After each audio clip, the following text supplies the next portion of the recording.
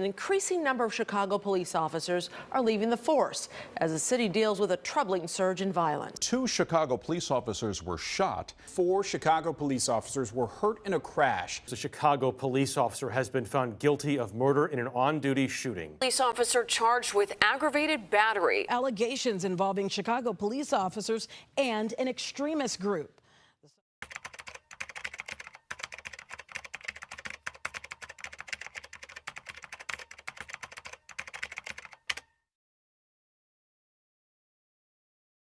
I grew up in Chicago, been in Chicago all my life, and grew up in a pretty rough neighborhood as a kid on the west side of Chicago.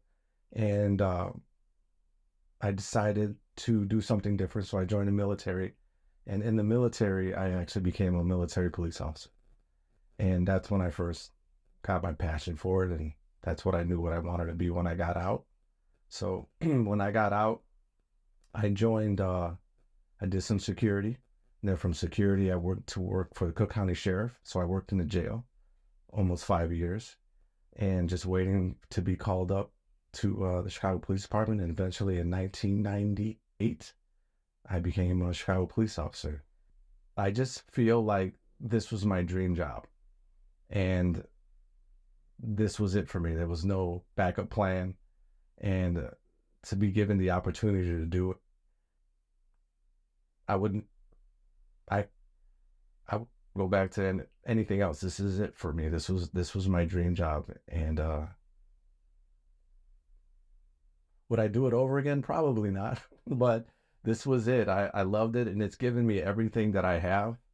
And you know, I actually in the police department, in the police academy, I met my wife, and I started my family. You know, so I owe a lot to the Chicago Police Department. It's given me, you know, we're still married. Next year will be our 25th year anniversary. We got 2 beautiful kids. And, you know, there's a lot more than just a paycheck that I got from Chicago. There's a lot that I got, and I owe the police department a lot.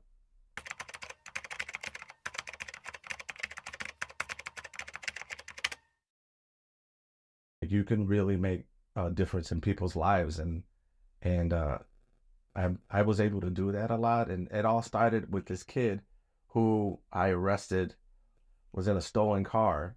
And when we went to court, the attorney came to me and he said, "Hey, I know this kid has this long rap sheet, but he just applied for college." And so he was asking me if I wanted to go forward with prosecuting this kid.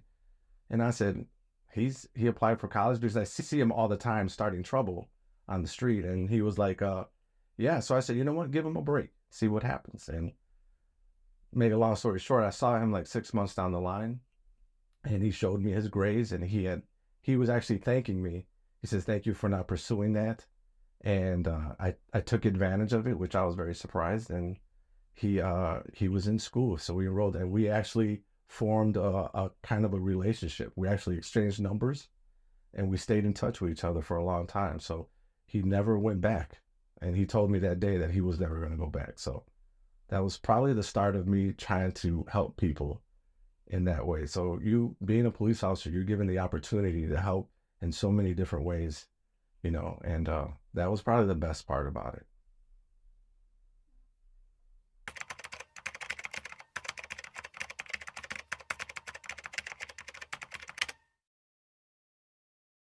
That's the first time I ever went to church, and I got baptized there. And my family was growing up there. My girls were going there. They were a big part of the church. And, you know, I always tell my wife, I can't build or fix anything. All I can do is be a cop. So I was just like, and I saw some of the things that were happening with our lead pastor and her being a woman. I guess I didn't realize how negatively that there was a group of people that affected. And, I was like, you know what, this is my church home, and I'm going to protect it. And she trusted me with it, and I took it very serious, and did a lot of training, and we had some really good guys, and I would do it again. You know, it was worth it. She was an amazing pastor, and I've been to church since. I found another church like that. I remember one time I had a group of guys I was dealing with, and they were doing different things, selling drugs, cigarettes, drugs, whatever. They were doing everything. It was one of my most annoying corners, and it was my job to deal with these guys. But when you're working for so long, you build these relationships with these guys. And one of the guys, I was actually going to Willow and stuff, and one of the guys came up to me and asked me on the side, which is very dangerous because they're not.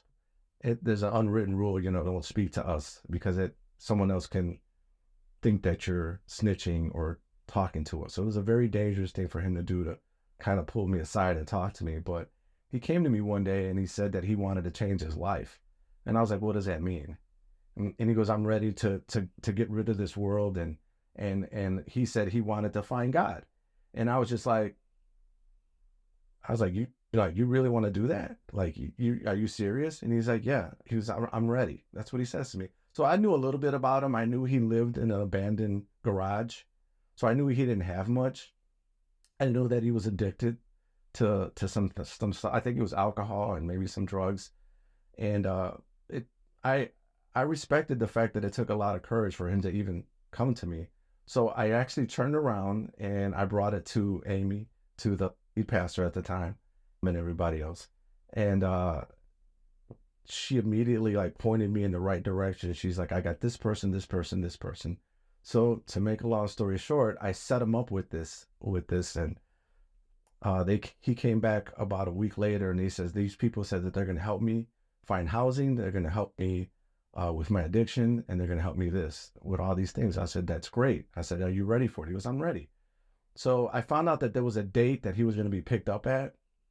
So where I worked at the time for the city of Chicago, we had access to the cameras. So we can watch cameras all over the city of Chicago. And I knew the corner he was at.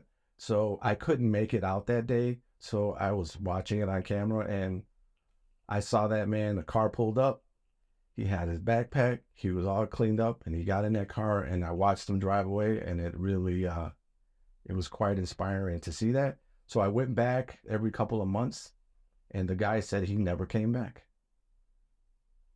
So I never found out what happened. I'm hoping it's all positive, but they told me, I think I went as far back as almost a year, and they're like, he never came back.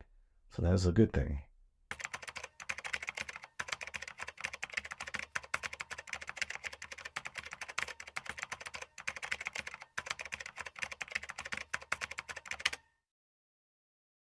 What did I think the dangers were? Dying. I was like, I worked in the Cook County Jail, so that was very intense. And I'm not a big guy, a little guy, and that place, everyone is 10 times bigger than me and screaming at me. So working the streets was definitely a humbling experience. You can go there and say, hey, I was in the military, I came out of the jail, I'm going to do this and do that, but it's a very humbling, you will be humbled very quickly on the streets of Chicago, and it just goes back to respecting people and treating people with respect is the biggest lesson that I learned in those areas and situations. I became more aware of the dangers, especially as I got older and had kids. It's like everything changes and you're a lot more careful, and you're not taking the chances that you would take. Maybe I shouldn't pursue this car any further, or maybe I should wait for backup. And back in the day, I would go into an abandoned building looking for someone myself or whatever. And like I said, once you get married and you have kids, and you're like, maybe I should slow down a little bit and think this through. And so that's what I would do. It was I was able to kind of just take things in and kind of just absorb everything before I wasn't so quick to do things.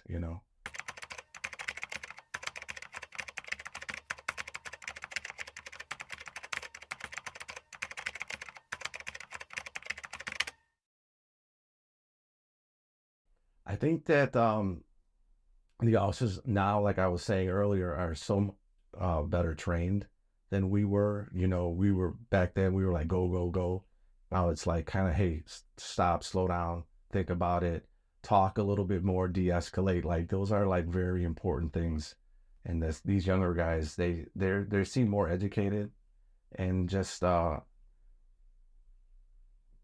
they seem to get it quicker than some of the guys that I worked with. Man, these guys were, pretty difficult back in the day. But I don't know. I'm proud of what's happening and how it's coming around and changing again. And that's all from good training and learning from mistakes in the past. I think for a long time policing was stuck, and we can't communicate with people. We can't do this. We can't do that. And now they're like, yeah, we can do that. Yeah, we can slow down. We can do things differently. So I like the way that it is now.